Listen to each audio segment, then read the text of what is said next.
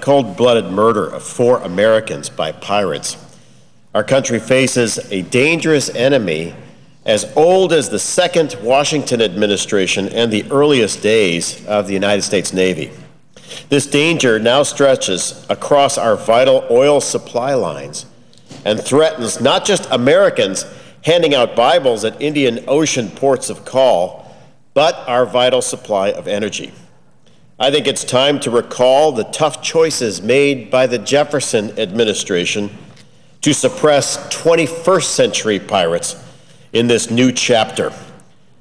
We may forget that as much as 10% of all federal revenues were paid by the Washington administration to the Barbary pirates operating in what became Libya. Payments continued under the Adams and Jefferson administrations. But as always with kidnappers and pirates, ransoms only led to more danger on the high seas. In 1801, President Thomas Jefferson decided that continued payments of tribute to the Barbary pirates in exchange for safe passage of American shipping had gone far enough.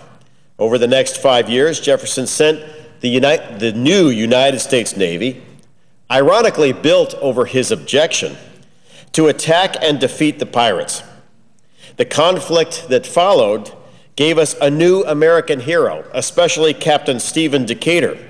It was Decatur's exploits that were very dangerous, but inevitably successful, even involving close quarters combat. In his honor, my state of Illinois named one of our major cities after him and placed a statue to Captain Decatur in its center. In the end, piracy was defeated, and the flag of the United States was not strongly challenged by any future pirates until this century. In the wake of the murder of 4 Americans by Somali pirates, we need to recall Jefferson's policy under what I would call the Decatur Initiative against Indian Ocean pirates. Since 2006, pirates attacked more and more vessels. There were over 400 attacks just last year. According to the New York Times, modern-day pirates in the 21st century currently hold 50 vessels and over 800 hostages. According to the International Maritime Bureau, pirates murdered 379 people on the high seas, with an additional 199 individuals reported missing between 1993 and 2009. According to reports, a typical ransom for pirates in 2005 was between $100,000 and $200,000. But by 2008, the ransom grew to between $500,000 and $2 million.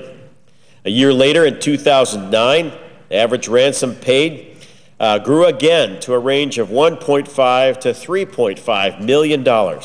And in late 2010, ransoms hovered around $4 million per vessel. Ransom payments as high as $9.5 million for a tanker carrying crude oil have now reportedly been made, according to the media. Recently, pirates captured another supertanker worth $200 million, carrying 2 million barrels of oil bound for the United States.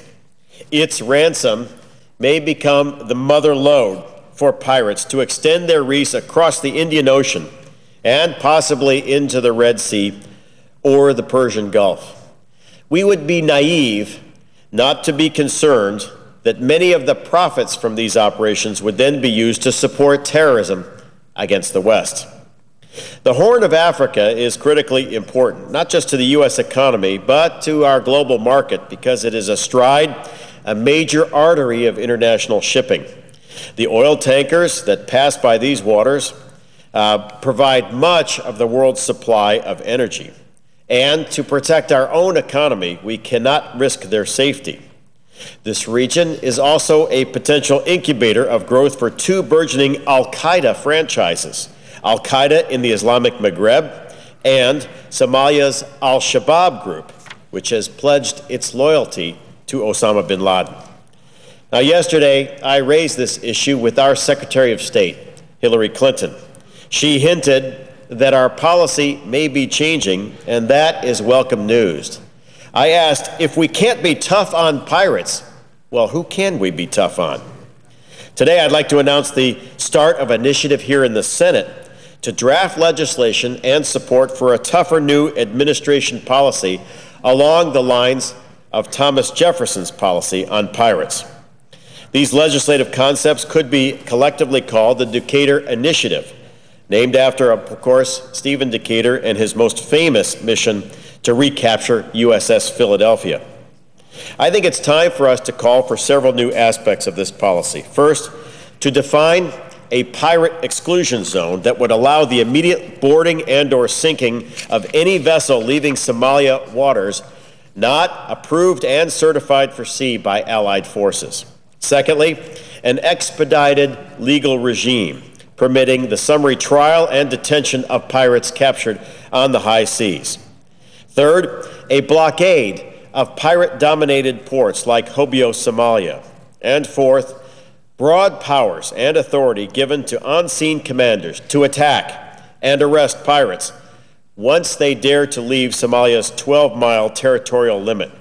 This would include the summary sinking of pirate ships if a local commander deemed warranted. Additionally, I think we should explore actions to attack the financial links between pirates and terror groups, such as Al-Shabaab, and target pirates with financial sanctions the same way we do with terrorist networks.